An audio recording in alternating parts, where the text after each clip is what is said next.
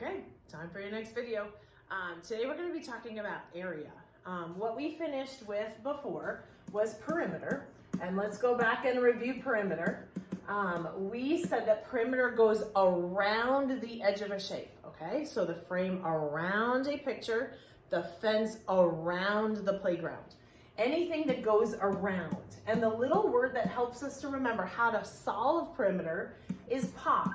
Okay, we're talking about dad first. We're talking about PA. Remember, PA means perimeter, we add. Okay, so all we have to do is find out all the measurements of all the sides, and we add up all the sides, and then we write the length, okay? The perimeter. Okay, so that's the first one we started with, was perimeter. Now, we're going on to the next one. We're going on to area. And the thing about area is that area covers something. Okay, so the key word for area is it covers. For example, the floor, the tile that is covering the floor, okay? The black that is covering my board, the paper that covers the bulletin board, the blinds that cover the window, okay? A tablecloth that covers the table. Area always covers something, okay? And the word that's going to help us to remember area is ma.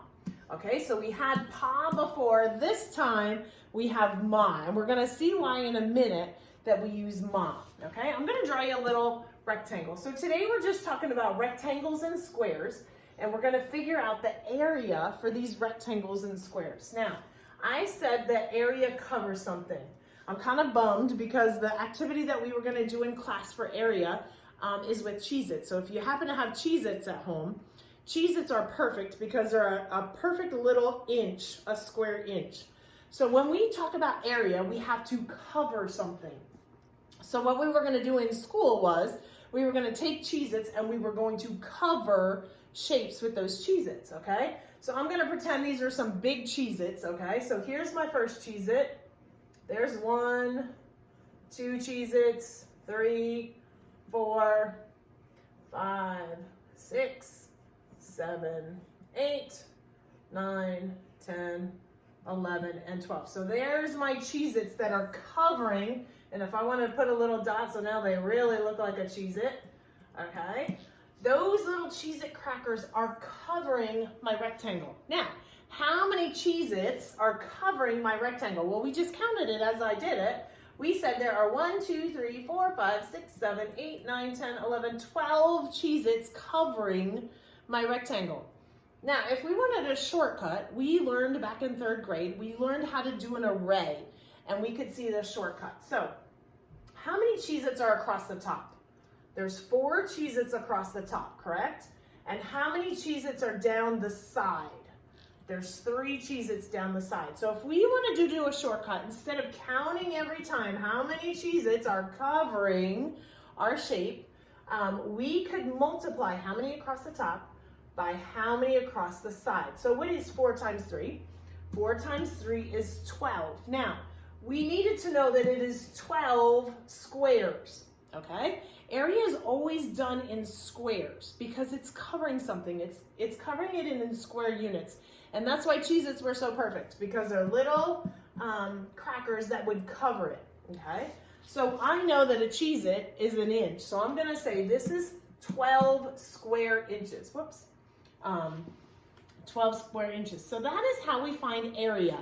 The shortcut for finding area, instead of counting every single time, we could see how many across there are and how many down there are, and we multiply. Now, remember I told you that our next word was ma?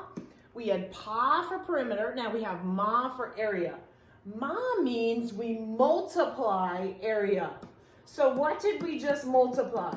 Okay, so multiply area. What did we just multiply? We multiplied how long it was times how wide it was. And that told us how many were in the inside, how many were covering that shape. And that's all you have to do for area, okay? You multiply how long it is by how wide it is, and that's going to tell you how many are covering the inside, okay? So when we talk about area, the formula for area says we multiply the length, which we just did, times the width. Now, one of the things that we have to remember about area is because we're measuring in square shapes, the answer for area always has to be in square whatever measurement, okay? Because we are counting the squares that are covering it, okay? So whether it be square inches, square feet, square miles, it's always going to be square. Now, I had a student back years ago, and his way to remember it, and it's kind of a made-up word, but it helps us to remember, we call it squarea, okay? Because area is always done in square units, this is our made-up word of squarea, okay? So let me try another one. Let's say we had a square, and we know that each side was 4, let's say, feet. So to find the area, our shortcut is we multiply how long it is by how wide it is. Since this is a square, I know that every side is 4 feet, okay? So now to find the area, I multiply the length times the width. So the area is what? 4 times 4 is 16. I know it's feet, and it's going to be square feet. Now the way you mark square, we could either use the word, but the 6th grade way of showing square feet is putting a little 2 square flying up in the air. Now you have to put the little square sign after the measurement because that's what we're squaring. We're not squaring the 16, so we're squaring the feet. So the little 2 flying up in the air is after it. Okay? It's the same thing as saying 16 square feet or 16 square feet means the same thing. Okay? So when we do area of either a rectangle or a square, we always multiply the length times the width because we just found out that area covers something. So instead of counting all the little squares that are covering it, we could see how long it is times how wide it is, and we multiply, okay? I was gonna do this activity with a geoboard. Let me erase the board so you can see what I'm doing. Here's the little geoboard. Hopefully you can see the rubber band. Okay, so I put the rubber band around. Now, to find area, that means I need to count how many squares are on here. So there are 1, 2, 3, 4, 5, 6 across. So let me count 6, 7, 8, 9, 10, 11, 12, 13, 14, 15, 16, 17, 18 square, and this is actually a centimeter, okay? So the shortcut for finding area is I could see how many are across, 1, 2, 3, 4, 5, 6, times how many down, 1, 2, 3, and we multiply it. So area, Ma says multiply area, 6 times 3 is 18, okay? That's how we find area. Now, if you look at your study guide, there's also 2 pages in your study guide to do on area. I'm gonna switch around, being the lefty. Up at the top, I put Ma, multiply area. The formula for area is you take the length, how long it is, times the width, okay, how wide it is, and you multiply them together, okay? So it says we have 8 times 10 centimeters. Now you get to use a calculator, so you can use the calculator on any of these. So the first one I did for you, to find the area, it is 9 times 9, length times width.